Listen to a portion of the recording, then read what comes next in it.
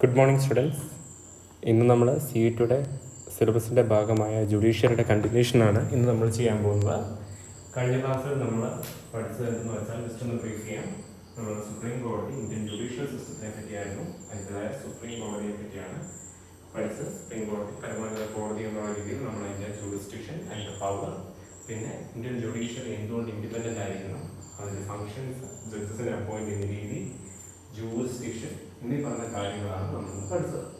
അപ്പോൾ അതിൻ്റെ ഭാഗമായിട്ട് തന്നെ നമ്മൾ പറഞ്ഞു, സുപ്രീം കോടതി ഒരു രാജ്യത്തിൻ്റെ പരമോന്നത അപ്പെക്സ് കോർട്ട് എന്ന് പറയുമ്പോൾ തന്നെ അതാത് സ്റ്റേറ്റുകളുടെ ഏറ്റവും അപ്പെക്സ് കോർട്ട് എന്ന് നമ്മൾ കൺസിഡർ ചെയ്യുന്നത് അതാത് സ്റ്റേറ്റിൻ്റെ ഹൈക്കോടതികളെയാണ്. അപ്പോൾ ഇന്നത്തെ ക്ലാസ്സിൽ നമ്മൾ ഇന്ത്യയിലെ ഹൈക്കോടതികളെ പറ്റിയാണ് പഠിക്കാൻ പോകുന്നത്. നമ്മൾ സുപ്രീം കോടതിയുടെ ചരിത്രം പഠിച്ചതുപോലെ തന്നെ ഹൈക്കോടതികൾക്കും ഒരു ചരിത്രമുണ്ട്. നമുക്കറിയാം, ഇന്ത്യൻ ജുഡീഷ്യൽ സിസ്റ്റത്തിന് ഏറ്റവും കൂടുതൽ ജുഡീഷ്യൽ സിസ്റ്റമല്ല, ഇന്ത്യൻ അഡ്മിനിസ്ട്രേഷൻ, മൊത്തം ഇന്ത്യൻ ഗവൺമെൻറ് എന്നുള്ള രീതിയിലുള്ള ഇന്ത്യ എന്നുള്ള രാജ്യത്തിൻ്റെ അഡ്മിനിസ്ട്രേഷൻ എന്ന് പറയുന്ന ഒരു വിഭാഗത്തിൽ ഏറ്റവും കൂടുതൽ കോൺട്രിബ്യൂഷൻ തന്നിരിക്കുന്ന ഒരു വിദേശ ശക്തി എന്ന് ചോദിച്ചാൽ ബ്രിട്ടീഷാണ്. നമുക്കറിയാം, ഇവിടെ ധാരാളം വിദേശ ശക്തികൾ വന്നിട്ടുണ്ട്. പോർച്ചുഗീസുകാർ മുതൽ ബ്രിട്ടീഷുകാർ വരെ വന്നിട്ടുണ്ട്. എന്തുകൊണ്ടാണ് ബ്രിട്ടീഷ് ഗവൺമെൻറ് ഇവരെക്കാളെല്ലാം ഔട്ടറായി നിൽക്കുന്നത് എന്ന് ചോദിക്കുകയാണെങ്കിൽ, മറ്റെല്ലാവരും വന്നപ്പോൾ അവർ എക്സിസ്റ്റിംഗ് ഗവൺമെൻറ്റുമായിട്ട് കൊളാബറേറ്റ് ചെയ്തായിരുന്നു ഫംഗ്ഷൻ ചെയ്തിരുന്നത്. മറിച്ച് ബ്രിട്ടീഷേഴ്സ് മാത്രമായിരുന്നു എക്സിസ്റ്റിംഗ് ഗവൺമെൻറ്റിനെ ഓവർത്രോ ചെയ്തത്. അവരവരുടെ എസ്റ്റാബ്ലിഷ്മെൻറ്റ് സ്ഥാപിക്കുന്നത്. കാരണം മുഗളന്മാർ ഭരിക്കുന്ന സമയത്തായിരുന്നു ബ്രിട്ടീഷുകാരുടെ വരവേണ്ടി. ബ്രിട്ടീഷുകാർ പോകുമ്പോൾ അവരിവിടുത്തെ ഏറ്റവും സോവറിൻ അതോറിറ്റി ആയിട്ട് നിന്നിട്ടാണ് ഇവിടുന്ന് പോകുന്നത്. മറിച്ച് മറ്റ് വിദേശ ശക്തികളാണെങ്കിൽ, ഫോർ എക്സാമ്പിൾ പോർച്ചുഗീസുകാർ നോക്കുവാണെങ്കിൽ, അവർ ഒരു സൗത്ത് ഇന്ത്യയുടെ കുറച്ച് ഭാഗങ്ങളിൽ മാത്രമായിരുന്നു എസ്റ്റാബ്ലിഷ് ചെയ്തിരുന്നത്. ഒരു പാൻ ഇന്ത്യ ലെവലിലോട്ടൊന്നും വളരാൻ സാധിച്ചിട്ടില്ല. അപ്പം ബ്രിട്ടീഷുകാർക്ക് അത് സാധിക്കുകയും അതിൻ്റെ ഒരു ഔട്ട്കമായിരുന്നു ഒരു സെൻട്രലൈസ്ഡ് പവർ. ഒരു പവർ അവർ കോഡിഫൈ ചെയ്ത് അവരുടെ ഉള്ളം കൈകളിൽ അവർ കൊണ്ടുവന്നു. ഇത് ഇത്രയും വലിയൊരു ഡൈവേഴ്സ് രാജ്യത്തെ കൊണ്ടുവരാൻ അവർ പവർ കോൺസെൻട്രേറ്റ് ചെയ്യും. ആ പവർ കോൺസെൻട്രേറ്റ് ചെയ്യുന്നതിൻ്റെ ഭാഗമായിട്ട് തന്നെ ഗവൺമെൻറ്റിൻ്റെ ഒരു സിസ്റ്റമായിട്ട് ജുഡീഷ്യറി അവർ കാണിക്കും, ഒരു ഇൻഡിപെൻഡൻറ്റ് ഓർഗനായിട്ട് ഡിക്ലെയർ ചെയ്യും. അത് ഫംഗ്ഷൻ ചെയ്യുന്ന കാര്യങ്ങളൊക്കെയാണ് നമ്മൾ കഴിഞ്ഞ ക്ലാസ് നമ്മൾ പഠിക്കുകയും ചെയ്തു. അത് തന്നെയാണ് ഇവിടെ ആപ്ലിക്കബിൾ ആകുന്നത്. അപ്പം ഹൈക്കോടതികളുടെ ചരിത്രം നോക്കുകയാണെങ്കിൽ 1862 62 ഫസ്റ്റ് ഹൈക്കോടതി, അതായത് കൽക്കട്ട ഹൈക്കോടതി വരുന്നത്. പക്ഷെ അതിൻ്റെ പ്രീവിയസ് ആയിട്ട് ഇന്ത്യയിൽ ഹൈക്കോടതി വേണം എന്ന് തീരുമാനിച്ചത് 1861 ക്രൗൺ വിക്ടോറിയ ക്രൗൺ ഇരിക്കുന്ന സമയത്ത്, വിക്ടോറിയ രാജ്ഞി ഇരിക്കുന്ന സമയത്ത് 1861 ബ്രിട്ടീഷ് പാർലമെന്റ്, അതായത് ബ്രിട്ടീഷ് ഗവൺമെന്റ്, ഇവിടെ ഭരിച്ചിരുന്ന ബ്രിട്ടീഷ് ഗവൺമെന്റ് ഇവിടെ ഒരു ഹൈക്കോടതിയുടെ ആവശ്യം വന്നു. അതായത് അവർ ഭരിച്ചിരുന്ന പ്രൊവിൻസസ്, അതായത് മെയിനായിട്ട് ഭരിച്ചിരുന്ന പ്രൊവിൻസസ് എന്ന് പറഞ്ഞാൽ കൽക്കട്ട, ബോംബെ, മുംബൈ, കൽക്കട്ട, ബോംബെ, മദ്രാസ് എന്നീ പ്രൊവിൻസസിൽ ഒരു ഹൈക്കോടതികൾ വേണം എന്നുള്ളതാണ്. പോപ്പുലേഷൻ കൂടുതലാണ്, അവരുടെ ട്രാൻസാക്ഷൻസ് കൂടുതലാണ്. ഈ പറഞ്ഞ കാര്യങ്ങളെല്ലാം ബന്ധിച്ചാൽ അവരുടെ ക്രൗണിനെ അറിയിക്കുകയും 1861 ഇവിടെ ഹൈക്കോടതി എസ്റ്റാബ്ലിഷ് ചെയ്യാൻ വേണ്ടി ദ ഇന്ത്യൻ ഹൈക്കോർട്ട് ആക്ട് 1861 എന്നുള്ളത് ബ്രിട്ടനിൽ അവരുടെ പാർലമെന്റിൽ ലണ്ടനിൽ പാസ്സാകുകയും ക്യൂൻ വിക്ടോറിയ അത് അക്സെപ്റ്റ് ചെയ്യുകയും ചെയ്തിട്ടുണ്ട്. എന്നുവെച്ചാൽ അത് അസന്റ് കൊടുത്തു എന്ന് പറയാം. നമ്മുടെ ഭാഷ ലീഗൽ ടേമിൽ പറയുന്നത് അസന്റ് കൊടുത്തു എന്നാണ് പറയുന്നത്. ഓക്കെ, ആക്ട് പ്രാബല്യത്തിലാവണമെങ്കിൽ സുപ്രീം ഹെഡ് അസന്റ് കൊടുക്കണം. അപ്പം അസന്റ് കൊടുക്കുന്നതിൻ്റെ ഭാഗമായിട്ടാണ് 1862 ഇന്ത്യയിലെ ആദ്യത്തെ ഹൈക്കോടതി കൽക്കട്ടയിൽ സ്ഥാപകമാക്കപ്പെടുന്നത്.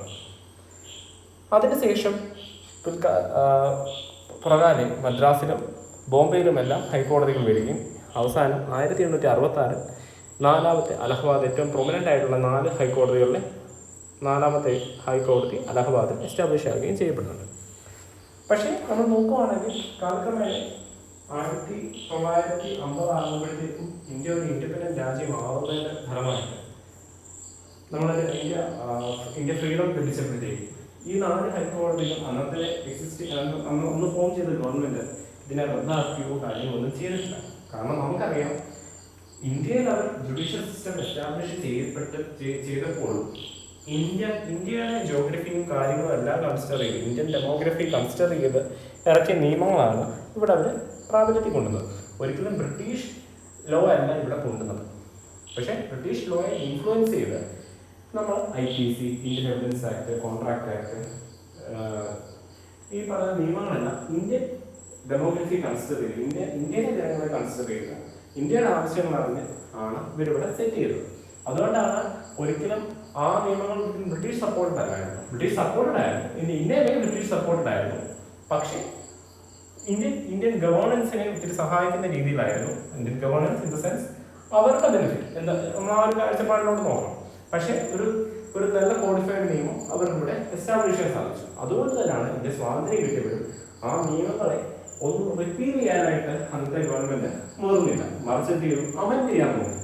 അമെൻമെന്റ് വഴി ഓരോ ചേഞ്ചസും കാര്യങ്ങളും കാലക്രമേണ വരുത്തി നമുക്കറിയാം. റീസെന്റ് ഈ വർഷം നമ്മുടെ പാർലമെന്റിൽ നമ്മുടെ മിനിസ്റ്റേഴ്സ് നമ്മളെ ഈ പറയുന്ന IPCയും എവിഡൻസ് ആക്ടും CRPCയും ക്രിമിനൽ പ്രൊസീജിയർ കോഡും ഈ പറയുന്നതെല്ലാം ബ്രിട്ടീഷ് നിർമ്മിതമായിട്ടുള്ള അന്നത്തെ എക്സിസ്റ്റഡ് ആയിട്ടുള്ള പ്രാക്ടീസ് ബേസ്ഡ് ആയിരുന്നു. ഒരിക്കലും ഒരു 21st സെഞ്ചുറിയുടെ അപ്ഡേഷൻസ്, അത് 21st സെഞ്ചുറിയുടെ നീഡ്സ് ആൻഡ് വോൺസ് മീറ്റ് ചെയ്യുന്നതല്ല എന്നുള്ള രീതിയിൽ നമ്മൾ ഫുള്ളി ആ ഒരു ആക്ട് അമെൻഡ്മെന്റ് ചെയ്യാൻ വേണ്ടിയുള്ള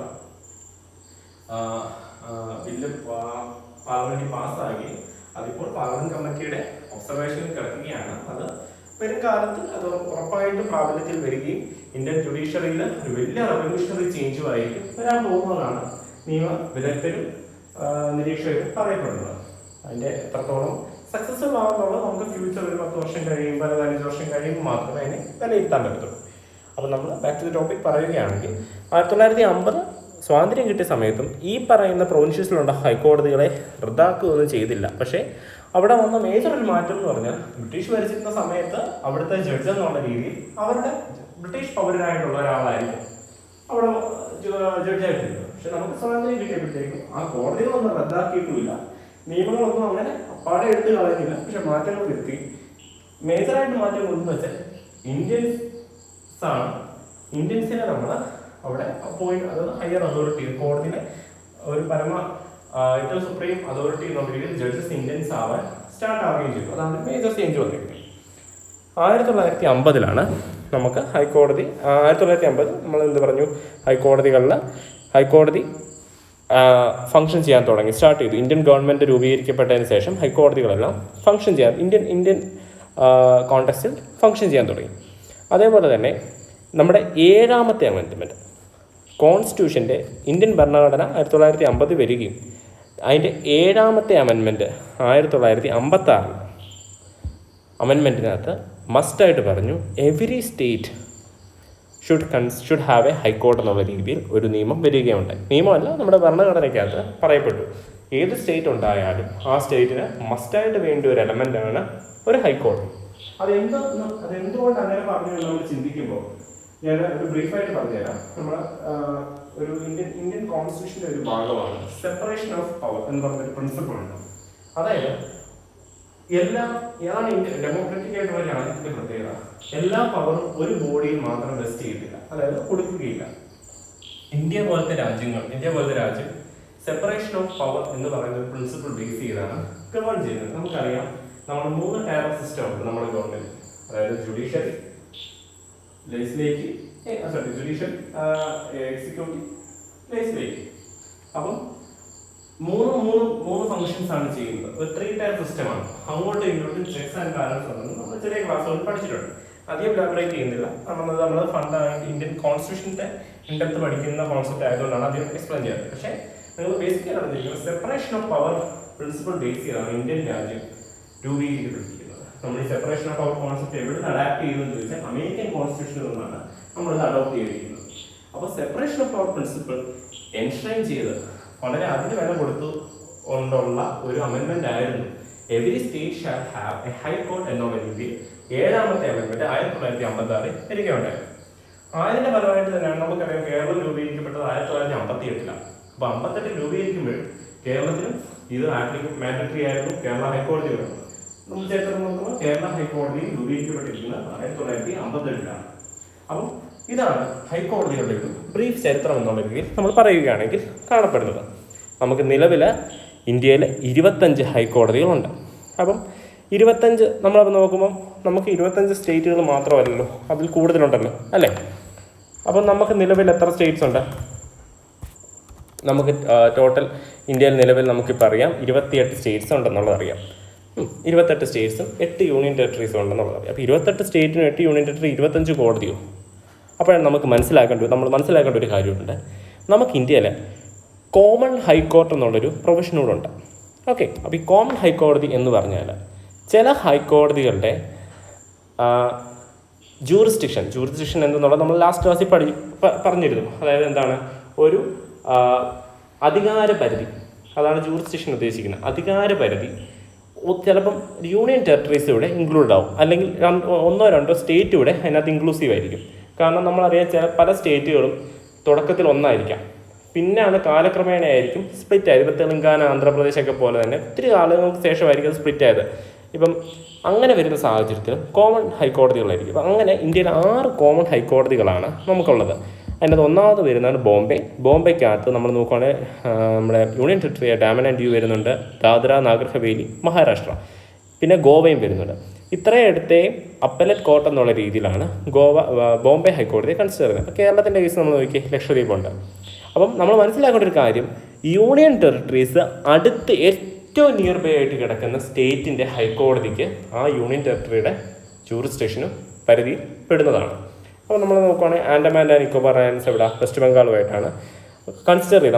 നമ്മൾ മാപ്പിൽ നോക്കുമ്പോൾ ഒത്തിരി താഴെയായിട്ടായിരിക്കും നമുക്ക് വെസ്റ്റ് ബംഗാളും ആൻഡമാൻസും കാണുന്നത്. പക്ഷേ നമ്മളൊരു ഇന്ത്യൻ ഡെമോഗ്രഫിയും ജോഗ്രഫിയൊക്കെ ഇന്ത്യൻ ഗവൺമെൻറ് കൺസിഡർ ചെയ്യുമ്പോഴത്തേക്കും മാപ്പിൽ കാണുന്നതല്ല യഥാർത്ഥത്തിൽ. അവർക്ക് ഏറ്റവും നിയർ ബൈ ആയിട്ടുള്ളത് ബംഗാൾ സമുദ്രത്തിനെ കൺസിഡർ ചെയ്താണ് അവർ ആ ഒരു വെസ്റ്റ് ബംഗാൾ റീജിയനായിട്ട് കൺസിഡർ ചെയ്തിരിക്കുന്നത് ഹയർ കോർട്ട് എന്നുള്ള രീതിയിൽ. അതേപോലെ പഞ്ചാബ്, ഹരിയാന, ചണ്ഡീഗഡ് എല്ലാം പഞ്ചാബ് ആൻഡ് ഹരിയാനയിലാണ് അതിൻ്റെ കോമൺ കോടതി ഉള്ളത്. പിന്നെ നോർത്ത് ഈസ്റ്റിലുള്ള നാഗാലാൻഡ്, മിസോറാം, അരുണാചൽ പ്രദേശ്, ആസാം എല്ലാം ഗുവാഹത്തിയിലെ ഹൈക്കോടതി. ഗുവാഹത്തി എവിടെയെന്ന് ചോദിച്ചാൽ ആസാമിലാണ് സ്ഥിതി ചെയ്യുന്നത്. മദ്രാസ് ഹൈക്കോടതി വരുമ്പോഴത്തേക്കും തമിഴ്നാടും പോണ്ടിച്ചേരി. ഇതാണ് ഇന്ത്യയിലെ കോമൺ ഹൈക്കോർട്ട്സ് എന്നുള്ള രീതിയിൽ പറയപ്പെടുന്നത്. ഇനി ഇപ്പം നമ്മൾ അറിഞ്ഞിരിക്കേണ്ടത് ഒരു ഹൈക്കോടതിയുടെ കോമ്പോസിഷനും അപ്പോയിൻമെൻറ്റ്, അതായത് എങ്ങനെ ആയിരിക്കണം, എന്തൊക്കെ കാര്യങ്ങൾ കൺസിഡർ ചെയ്തായിരിക്കണം ഒരു ഹൈക്കോടതി രൂപീകരിക്കപ്പെടേണ്ടതും, അതിനകത്ത് ജഡ്ജസിൻ്റെ അപ്പോയിൻമെൻറ്റ്, അവരുടെ ടെന്യൂർ, അവരുടെ ക്വാളിഫിക്കേഷൻ എന്നീ പറഞ്ഞ കാര്യങ്ങളാണ് നമ്മൾ അടുത്ത് നോക്കാൻ പോകുന്നത്. നമുക്കറിയാം, നമ്മൾ തുടക്കത്തിൽ പറഞ്ഞ പോലെ ഒരു സ്റ്റേറ്റിൻ്റെ ഏറ്റവും അപ്പെക്സ് കോർട്ടാണ് ഹൈക്കോടതി. ഒരു രാജ്യത്തിൻ്റെ വരുമ്പോൾ ഏതാണ്? സുപ്രീം കോടതി. അപ്പോൾ ഒരു സ്റ്റേറ്റിൻ്റെ ഏറ്റവും അപ്പെക്സ് കോർട്ടാണ് ഹൈക്കോടതി. അപ്പോൾ അതിൻ്റെ ജൂറിസ്ഡിക്ഷൻ എന്ന് പറഞ്ഞാൽ ആ സ്റ്റേറ്റിൻ്റെ ലിമിറ്റും ചിലപ്പോൾ അതിൻ്റെ യൂണിയൻ ടെറിട്ടറിയും കൂടെ ആയിരിക്കാം. എല്ലാ കേസിനകത്ത് യൂണിയൻ ടെറിട്ടറി വരത്തില്ല. കേരളത്തിൻ്റെ നമ്മൾ എക്സാമ്പിളായിട്ട് പറയുകയാണെങ്കിൽ കേരളവും ലക്ഷദ്വീപ് വരെയാണ് ആ ഒരു ഹൈക്കോടതിയുടെ അധികാര പരിധി. Okay, jurisdiction. ഇന്ത്യൻ കോൺസ്റ്റിറ്റ്യൂഷനകത്ത് ഹൈക്കോടതികളെ പറ്റി കോൺസ്റ്റിറ്റ്യൂഷൻ പരാമർശിച്ചിരിക്കുന്ന സെക്ഷൻസ് എന്ന് പറഞ്ഞാൽ ആർട്ടിക്കിൾസ് എന്ന് പറഞ്ഞാൽ ആർട്ടിക്കിൾ 214 മുതൽ ആർട്ടിക്കിൾ 231 വരെയാണ്. 214 to 231 ഓഫ് ദ ഇന്ത്യൻ കോൺസ്റ്റിറ്റ്യൂഷനകത്താണ് they have described about the high courts of India. And ഈ പർട്ടിക്കുലർ ആർട്ടിക്കിൾസ് എവിടെ വരുന്നു എന്ന് ചോദിക്കുമ്പം this comes under part 6 of the കോൺസ്റ്റിറ്റ്യൂഷനകത്താണ് ഹൈക്കോടതികളെ പറ്റിയുള്ള കോൺസ്റ്റിറ്റ്യൂഷൻ ഡിസ്ക്രൈബ് ചെയ്തിരിക്കുന്നത്. അപ്പം കോൺസ്റ്റിറ്റ്യൂഷൻ ഡിസ്ക്രൈബ് ചെയ്തിരിക്കുന്ന പ്രകാരം ഹൈക്കോർട്ട്സ് എന്ന് പറഞ്ഞാൽ ഷുഡ് ബി ഇൻഡിപെൻഡൻ്റ് ആയിരിക്കണം. It should have jurisdiction, it's on jurisdiction, powers, procedure, ഈ പറഞ്ഞ കാര്യങ്ങളെല്ലാം മെൻഷൻ ചെയ്തിരിക്കുന്നത് ഈ ആർട്ടിക്കിൾ 214 to 231 ആണ് ഇൻക്ലൂസീവായിട്ട് ഇതെല്ലാം ഡിസ്ക്രൈബ് ചെയ്തിരിക്കുന്നത്. ലാസ്റ്റ് പോയിന്റ് നമ്മളൊന്ന് വായിച്ച് നോക്കിയേ. Every high court whether exclusive or common consist of A chief justice and other judges as the president may from time to time deem necessary to appoint, and it's a discretion of the president to determine the strength of the high court. ഇതാണ് പറഞ്ഞാൽ ഇപ്പം നമ്മൾ ബ്രാക്കറ്റിൽ കണ്ടു exclusive or common. നമ്മൾ പറഞ്ഞ common ഹൈക്കോടതികളുണ്ട്, exclusive ആയിട്ട് state മാത്രം ഉൾപ്പെടുന്ന ഹൈക്കോടതികളുണ്ട്. ഈ പറയുന്ന ഹൈക്കോടതികളുടെ എല്ലാം അപ്പോയിൻമെന്റ് ആരാണ് ചെയ്യുന്നത്? സുപ്രീം കോടതിയിലെ പോലെ തന്നെ പ്രസിഡന്റ് ആണ് അതോറിറ്റി അപ്പോയിന്റ് ചെയ്യുന്നത്. അതേപോലെ തന്നെ ഒരു സ്റ്റേറ്റിൽ ഒരു ജഡ്ജി മാത്രമല്ലല്ലോ, ഹൈക്കോടതിയിൽ ഒരു ജഡ്ജി മാത്രമല്ലല്ലോ. ഇപ്പൊ നമ്മൾ കേരളത്തിന്റെ കേരളത്തിൽ നമുക്ക് നിലവിൽ 35 ജഡ്ജസ് ഉണ്ട് ഹൈക്കോടതിയിൽ. കേരള ഹൈക്കോടതി 35 ജഡ്ജസ്. അപ്പം ഈ 35 ജഡ്ജസിന്റെ ഈ 35 എന്നുള്ള നമ്പർ എങ്ങനെയാണ് ഡിറ്റർമൈൻ ചെയ്യുന്നത്? കേരള സ്റ്റേറ്റ് ഗവൺമെന്റ് ആണ് ഡിറ്റർമൈൻ ചെയ്യുന്നത്. നമുക്ക് ഇത്രയും വേണം, ഇത്രയും വലിയ സ്റ്റേറ്റ് ആണ്, ഞങ്ങൾക്ക് ഇത്രയും അല്ല. കേരളത്തിന്റെ കണ്ടീഷൻസും ഇവിടുത്തെ പോപ്പുലേഷൻ, ക്രൈം റേറ്റ്സ്, പിന്നെ പല പല ഫാക്ടേഴ്സ് കൺസിഡർ ചെയ്തു പ്രസിഡന്റ് ആണ് ഡിറ്റർമൈൻ ചെയ്യുന്നത്. President director president in consultation with chief justice അല്ലെങ്കിൽ ഒരു ബോഡി കാണും, ഒരു ലീഗൽ പാനൽ കാണും. ആ പ്രസിഡന്റാണ് ഡിറ്റർമൈൻ ചെയ്യുന്നത് how many judges should be there in a state. ഇപ്പോൾ 35 എന്നുള്ള നമ്പർ തന്നിരിക്കുന്നത് പ്രസിഡന്റാണ്. ഇന്ത്യൻ ഗവൺമെന്റ് ആണ്, അത് പ്രസിഡന്റാണ്. സോറി, ഗവൺമെന്റ് അല്ല, ഇന്ത്യൻ പ്രസിഡന്റാണ് ആ നമ്പർ ഡിറ്റർമൈൻ ചെയ്തിരിക്കുന്നത്. 35 judges should be there in Kerala high court. അപ്പോൾ ഈ ജഡ്ജസിനെ അപ്പോയിന്റ് ചെയ്യുന്നത് നമ്മുടെ പ്രസിഡന്റാണ്. അപ്പം ഇതാണ് നമ്മുടെ കോമ്പോസിഷനെ പറ്റി പറയുവാണെങ്കിൽ ഹൈക്കോടതിയുടെ കോമ്പോസിഷൻ. നമ്മൾ അടുത്ത് മനസ്സിലാക്കേണ്ടത്, നമ്മൾ സുപ്രീം കോടതി പഠിച്ച സമയത്ത് we have very clearly mentioned about the jurisdiction of എന്താണ് ഓഫ് ദ സുപ്രീം കോർട്ട്. നമ്മളറിയാം what are the powers, authority എന്ന് പറയുന്ന കാര്യങ്ങളെല്ലാം പഠിച്ചു.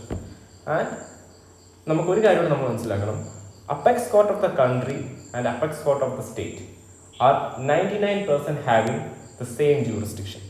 കാരണം നമുക്ക് നോക്കുമ്പോൾ മനസ്സിലാവും, സുപ്രീം കോടതിക്ക് പറഞ്ഞിരുന്ന ജൂറിസ്ഡിക്ഷൻ എന്തൊക്കെയായിരുന്നു? ഒറിജിനൽ ജൂറിസ്ഡിക്ഷൻ ഉണ്ട്, റെഡ് ജൂറിസ്ഡിക്ഷൻ ഉണ്ട്, appellate jurisdiction, supervisory, control over subordinate courts, A court of record, power of judicial review.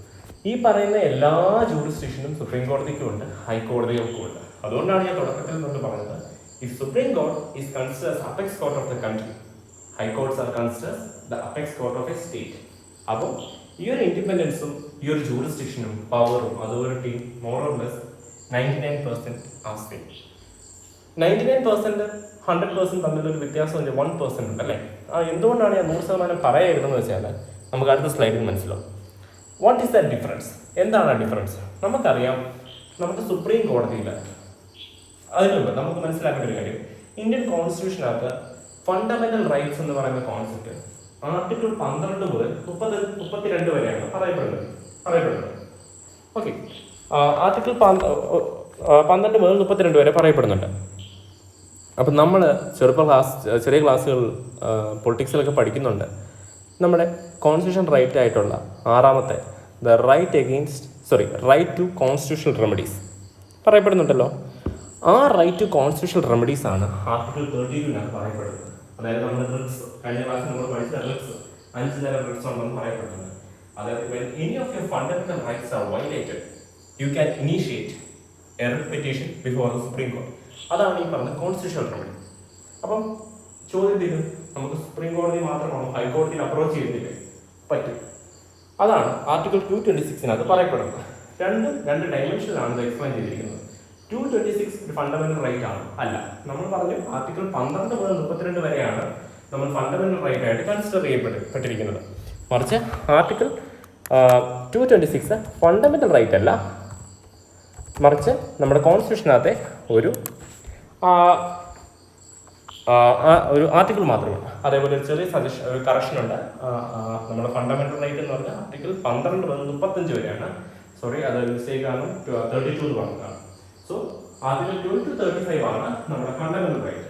മറിച്ച് അപ്പം ആ പ്രകാരം 32 എന്ന് പറഞ്ഞ കോൺസ്റ്റിറ്റ്യൂഷണൽ റെമഡി പെറ്റീഷൻസ് ഫയൽ ചെയ്യുന്നത് നമ്മുടെ ഫണ്ടമെന്റൽ റൈറ്റ്സ് ഫയലേറ്റ് ചെയ്യുമ്പോൾ നമ്മൾ ഒരു പൗരന്റെ അവകാശങ്ങളുള്ള രീതിയിലാണ് ഫയൽ ചെയ്യുന്നത്. When it comes to 226 article 226 ഹൈക്കോടതിയിൽ നമ്മൾ ഫയൽ ചെയ്യുന്നത് എപ്പോഴും നോക്കുക, നമുക്ക് 2 കണ്ടീഷൻസ് ആപ്ലിക്കബിൾ ആണ്. A person can approach with respect to article 226 in any high court with respect to legal rights as well as fundamental rights. അവിടെയാണ് ഇതിന്റെ കീ ഡിഫറൻസ് എന്ന് പറയുന്നത്. സുപ്രീം കോടതിയിൽ ആർട്ടിക്കിൾ 32 പ്രകാരം നമുക്ക് ഫണ്ടമെന്റൽ റൈറ്റ് മാത്രമേ നമുക്ക് അപ്രോച്ച് ചെയ്യാൻ പറ്റുള്ളൂ.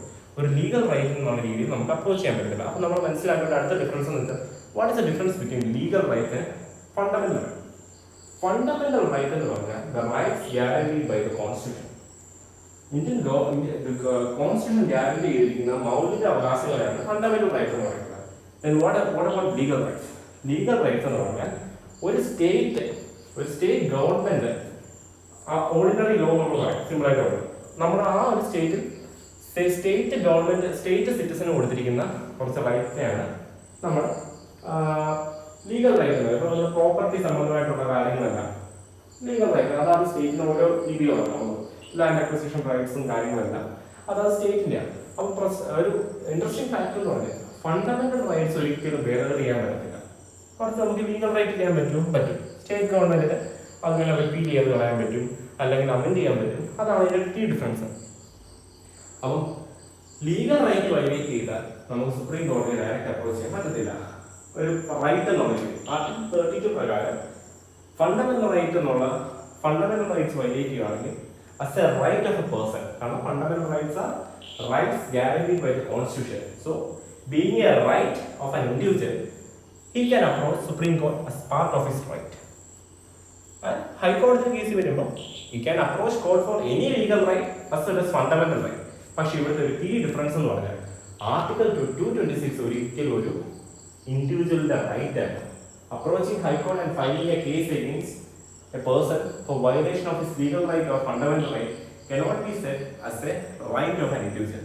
അതൊരു ഡിസ്ക്രിഷണറി റൈറ്റ് ആണ്. ഡിസ്ക്രിഷണറി റൈറ്റ് എന്ന് പറഞ്ഞാൽ കോടതിയാണ് അവിടെ തീരുമാനിക്കുന്നത് അത് അക്സെപ്റ്റ് ചെയ്യണോ വേണ്ടയോ എന്നുള്ളത്, അല്ലാതെ ഇൻഡിവിജ്വൽ അല്ല. എൻ്റെ കേസ് എടുത്തേ തീരുമെന്നൊരിക്കലും നമുക്ക് കോടതിയോട് കർക്കശമായിട്ട് പറയാൻ പറ്റില്ല.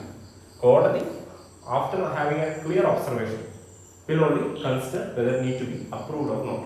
അതാണ് ഒരു ഡിഫറൻസ് പറയുന്നത്. മറ്റേ റെഡ് സുപ്രീം കോടതിയിൽ നമ്മൾ വൈലേറ്റ് ചെയ്യപ്പെടുമ്പോൾ നമ്മൾ അപ്രോച്ച് ചെയ്യുമ്പോഴത്തേക്കും സുപ്രീം കോടതി ആക്ഷൻ എടുത്തിരിക്കും. കാരണം article 32 itself is a fundamental right ആണ്.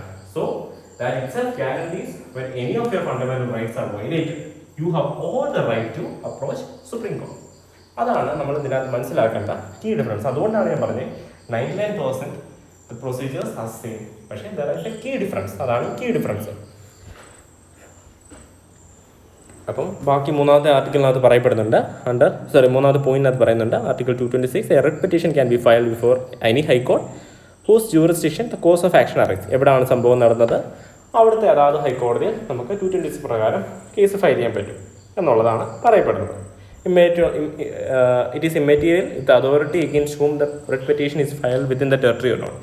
പറയുന്ന നമ്മളിപ്പം കേരളത്തിൽ വേറൊരു വ്യക്തിക്ക് കേരളത്തിലെ ഒരു വ്യക്തിക്കാണ് കേരളത്തിൽ വെച്ച് നടന്നൊരു പ്രശ്നമാണ്. പക്ഷേ the other person might be summon belonging to other state. So these are the key differences you need to understand. Now moving on to appointment of judges. എങ്ങനെയൊക്കെയാണ് ഒരു ജഡ്ജിനെ അപ്പോയിൻറ്റ് ചെയ്യുന്നതാണ് അടുത്തത് നമ്മൾ നോക്കുന്നത്. അപ്പം ഏതൊക്കെ സാഹചര്യത്തിലാണ് നമ്മൾ ജഡ്ജസിനെ അപ്പോയിൻറ്റ് ചെയ്യപ്പെടുന്നത് എന്നുള്ളതാണ് ഇനി നമ്മൾ ഏതൊക്കെ സാഹചര്യമല്ല ഏതൊക്കെ കണ്ടീഷൻസ് ഫുൾഫിൽ ചെയ്തതിന് ശേഷമാണ് ജഡ്ജസിനെ അപ്പോയിൻറ്റ് ചെയ്യുന്നതാണ് അടുത്തത് നമ്മൾ നോക്കുന്നത്. ഒന്നാമത് നമ്മൾ തുടക്കത്തിൽ പറഞ്ഞതുപോലെ it is appointed by the president. Chief justice of ഇന്ത്യയുടെ കൺസൾട്ടേഷൻ കൂടി ആണ് ഇത് അപ്പോയിൻറ്റ് ചെയ്തത്. നമ്മൾ തുടക്ക ക്ലാസ് പറഞ്ഞിരുന്നു കൊളീജിയം സിസ്റ്റത്തെ പറ്റി അല്ലേ. Panel of selected members of the ജുഡീഷ്യറിയാണ് ഈ കൊളീജിയം എന്ന് പറയുന്നത്. ഈ കൊളീജിയത്തിൻ്റെ recommendation in addition to with respect to Chief Justice of India and കൊളീജിയത്തിൻ്റെ റെക്കമെൻഡേഷൻ ആണ് ഫൈനലൈസ് ചെയ്യുന്നത് പ്രസിഡന്റ്. അതായത് കൊളീജിയം റെക്കമെൻഡ് ചെയ്യുന്നു to the president that this particular person is apt for being a judge. അതിനെ ശരിവെക്കുകയാണ് പ്രസിഡന്റ്.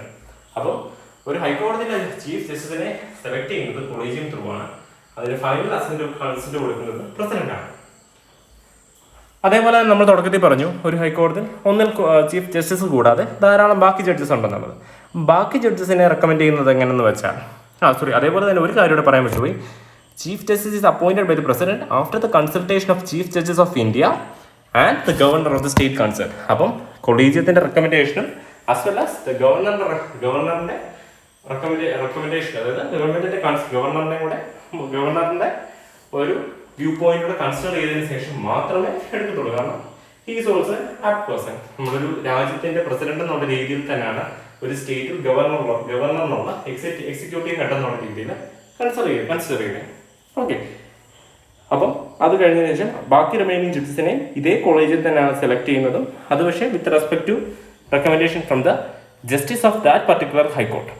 ഓക്കെ, അതാണ് നമ്മൾ നോക്കേണ്ടത്. അപ്പോൾ കൊളീജിയൽ സിസ്റ്റം ബേസ് ചെയ്താണ് നമ്മുടെ ജഡ്ജസിനെ അപ്പോയിന്റ് ചെയ്യുന്നത്. പിന്നെ നമ്മൾ കോമൺ ഹൈക്കോടതികളിലാണെങ്കിൽ ചീഫ് ജസ്റ്റിസും ഏതൊക്കെ കോമൺ സ്റ്റേറ്റ്സ് ആണ് ഇൻക്ലൂഡ് ആയിരിക്കുന്നത് അവിടുത്തെ ഗവർണേഴ്സിൻ്റെ ഒപ്പീനിയനൂടെ എടുക്കും. അതുകൊണ്ടാണ് എഴുതിയിരിക്കുന്നത് in case of a common high court for 2 or more states the governors of all those states concerned are consulted by the president. Okay, അടുത്തത് എന്തൊക്കെയാണ് ക്വാളിഫിക്കേഷൻ വേണ്ടിയെന്നുള്ളത്. സെയിം ലൈക്ക് സുപ്രീം കോർട്ട് ഇവർക്കും വേണ്ട സെയിം ക്വാളിഫിക്കേഷനാണ്. He should be a citizen of India. പുള്ളി ഒരു judicial ഓഫീസറായിട്ട് 10 വർഷത്തിന് മുകളിൽ സെർവ് ചെയ്ത ഒരാളായിരിക്കണം. അല്ലെങ്കിൽ he should have at least 10 years of an advocacy in 1 or 2 or more high courts. ഹൈക്കോടതിയിൽ 10 വർഷത്തിന് മേളിൽ പ്രാക്ടീസ് ഉള്ള ഒരു അഡ്വക്കേറ്റ് ആവുകയും കൺസിഡർ ചെയ്യാം. ഇതൊക്കെയാണ് അതിൻ്റെ qualifications. Moving on to the tenure, 62 വയസ്സ് വരെയാണ് ഹൈക്കോടതിയിലെ ജഡ്ജ്. ഇതൊരു കീ ഡിഫറൻസ് ആണ്. സുപ്രീം കോടതി വരുമ്പോൾ 65 കൺസിഡർ ചെയ്തിരിക്കുന്നത്. ഇതൊന്നും കോൺസ്റ്റിറ്റ്യൂഷനിൽ പറയപ്പെടുന്നതല്ല, ഇതൊരു കോഡ് ഓഫ് കണ്ടക്റ്റ് ആണ്. നമ്മൾ കൺസിഡർ ചെയ്യുന്ന ആ ഒരു പർട്ടിക്കുലർ പ്രായപരിധിയാണ്. അപ്പോൾ നാളൊരു ചോദ്യം വരുവാണ്, whether the age of retirement of judges mention in constitution ചോദിക്കുകയാണെങ്കിൽ അല്ല, ഒരിക്കലും പറയപ്പെടുന്നില്ല. ഇതെല്ലാം കോഡ് ഓഫ് കണ്ടക്റ്റിനകത്തു നിന്ന് നമ്മൾ ഈ പ്രാക്ടീസ് ഉണ്ടല്ലോ, ചില രീതികളുണ്ടല്ലോ, പ്രാക്ടീസിൽ കൂടെ ചെയ്യുന്ന കാര്യങ്ങളാണിതെല്ലാം. ഒരു ജില്ലാ ജഡ്ജി ആണെങ്കിൽ 60 വയസ്സ്, ഹൈക്കോടതിയാണ് 62, സുപ്രീം കോടതിയാണ് 65. ഓക്കെ. പിന്നെ റിസൈൻ ചെയ്യാം in between. If he wants to resign, he have the right to resign. പക്ഷേ അതിന് പ്രസിഡന്റിനായിരിക്കും റെസിഗ്നേഷൻ ലെറ്റർ കൊടുക്കുന്നത്. Same like supreme court, here also a judge can be removed from his office following by a special resolution is being passed by the president in the parliament. നമ്മൾ ഏതൊക്കെ ഗ്രൗണ്ടിലാണ് president ഒരു ജഡ്ജിനെ remove ചെയ്യുക, impeach ചെയ്യുക, നമ്മൾ ആ വാക്ക് ഉറക്കുന്നു ഞാൻ വിശ്വസിക്കുന്നു. Impeachment of a judge same പ്രൊസീജിയറാണ് ഹൈക്കോടതിയിലും വരുന്നത്. ഈ പറഞ്ഞ പ്രൊസീജിയേഴ്സ് ഒക്കെയാണ് നമ്മൾ ഫോളോ ചെയ്യേണ്ടത്. പാർലമെൻറ്റിൽ റെസൊല്യൂഷൻ പാസ്സാവണം. ആ പാസ്സായതിനു ശേഷം മാത്രം 2 സഭയിലും, പാർലമെൻറ്റിൽ, ലോക്സഭയിലും രാജ്യസഭയിലും ഈ റെസൊല്യൂഷൻ പാസ്സായാൽ മാത്രമേ നമുക്ക് ഒരു ജഡ്ജിനെ ഇംപീച്ച് ചെയ്യാനുള്ള അതോറിറ്റി ഉള്ളൂ. അപ്പോൾ ഇംപീച്ച് ചെയ്യാനുള്ള 2 ഗ്രൗണ്ട് ഏതൊക്കെയാണെന്ന് നമ്മൾ പറഞ്ഞു. ഇന്നബിലിറ്റി ആണ്, അല്ലെങ്കിൽ വയലേഷൻ. ഇതെല്ലാം കമ്മിറ്റി, പ്രസിഡന്റ് രൂപീകരിച്ച കമ്മിറ്റി സ്റ്റഡി ചെയ്ത് പ്രൂവ് ചെയ്യണം. എന്നാൽ മാത്രമേ ഇംപീച്ച് ചെയ്യാൻ പറ്റത്തുള്ളൂ. With a special resolution being passed in both the houses. ഇതൊക്കെയാണ് നമ്മൾ ഒരു ടെന്യൂർ ഓഫ് ജഡ്ജസിനകത്ത്, അല്ലെങ്കിൽ അവരുടെ റിമൂവൽ ഓഫ് ജഡ്ജിനകത്തും മനസ്സിലാക്കേണ്ട കാര്യം. അപ്പം ഇന്നത്തെ ക്ലാസ്സിൽ നമ്മൾ പഠിച്ചതെല്ലാം ഒന്ന് സമ്മപ്പ് ചെയ്യാം. നമ്മൾ same like supreme court, high courts are the apex court in a state. അപ്പം നമ്മൾ പഠിച്ചു അതിൻ്റെ അപ്പോയിൻമെൻറ്റ്, ടെന്യൂർ, കോൺസ്റ്റിറ്റ്യൂഷൻ ഏത് ആർട്ടിക്കിൾ പ്രകാരമാണ്, എവിടെ തൊട്ട് എവിടെ മുതലാണ്, ഏത് പാർട്ടിനകത്താണ്, പാർട്ട് 6, 2142, 236 വരെയുള്ള ഇതിനകത്താണ് നമ്മൾ ഹൈക്കോടതികളെ പറ്റി കോൺസ്റ്റിറ്റ്യൂഷൻ മെൻഷൻ ചെയ്തിരിക്കുന്നത്. നമ്മൾ കീ ഡിഫറൻസ് ആയിട്ടുള്ള ആർട്ടിക്കിൾ 32, 226 തമ്മിലുള്ള വ്യത്യാസം എന്ന് നമ്മൾ പഠിച്ചു. ഈ പറയുന്ന കാര്യങ്ങളെല്ലാമാണ് ജുഡീഷ്യറി പോർഷനാണ് നമ്മൾ ഫസ്റ്റ് അറിഞ്ഞിരിക്കേണ്ടത്. അടുത്ത ക്ലാസ് നമ്മൾ കവർ ചെയ്യേണ്ട ഒരു ടോപ്പിക് എന്ന് പറഞ്ഞാൽ ഫണ്ടമെന്റൽ റൈറ്റ്സ് മുതൽ സ്റ്റാർട്ട് ചെയ്യണം. കാരണം ജുഡീഷ്യറി പഠിച്ചു കഴിഞ്ഞാൽ നിങ്ങൾ മനസ്സിലാക്കേണ്ട കാര്യം, എന്തിനാണ് ജുഡീഷ്യറി എന്നുള്ളത് മനസ്സിലാക്കണമെങ്കിൽ നിങ്ങൾ ഫണ്ടമെന്റൽ റൈറ്റ്സ് ഇതിന്റെ സൈഡിൽ അറിഞ്ഞിരിക്കണം. അപ്പോൾ ഫണ്ടമെന്റൽ റൈറ്റ്സ് നമ്മൾ ആർട്ടിക്കിൾ 12 മുതൽ 35 വരെയുള്ള സെക്ഷൻസ് നമ്മളൊന്ന് ബ്രീഫായിട്ട് കവർ ചെയ്യുന്നതായിരിക്കും. അതും നിങ്ങൾക്കൊരു wide perspective of our country നമുക്ക് ലഭിക്കും. നമ്മൾ ജീവിക്കുന്ന രാജ്യത്ത് ഇത്രയും മനോഹരമായ ഒരു കോൺസ്റ്റിറ്റ്യൂഷൻ, സിറ്റിസൻസിനെ വെൽ ഡിഫൈൻഡ് ആയിട്ട്, വെൽ ക്രാഫ്റ്റഡ് ആണ് ഇവിടുത്തെ ഈച്ച് ആൻഡ് എവറി മാറ്റർ. അതെല്ലാം നമ്മൾ അറിഞ്ഞിരിക്കുന്നത് it will make us more proud towards our country. Okay, so with this hope, wishing you very all the best. Thank U.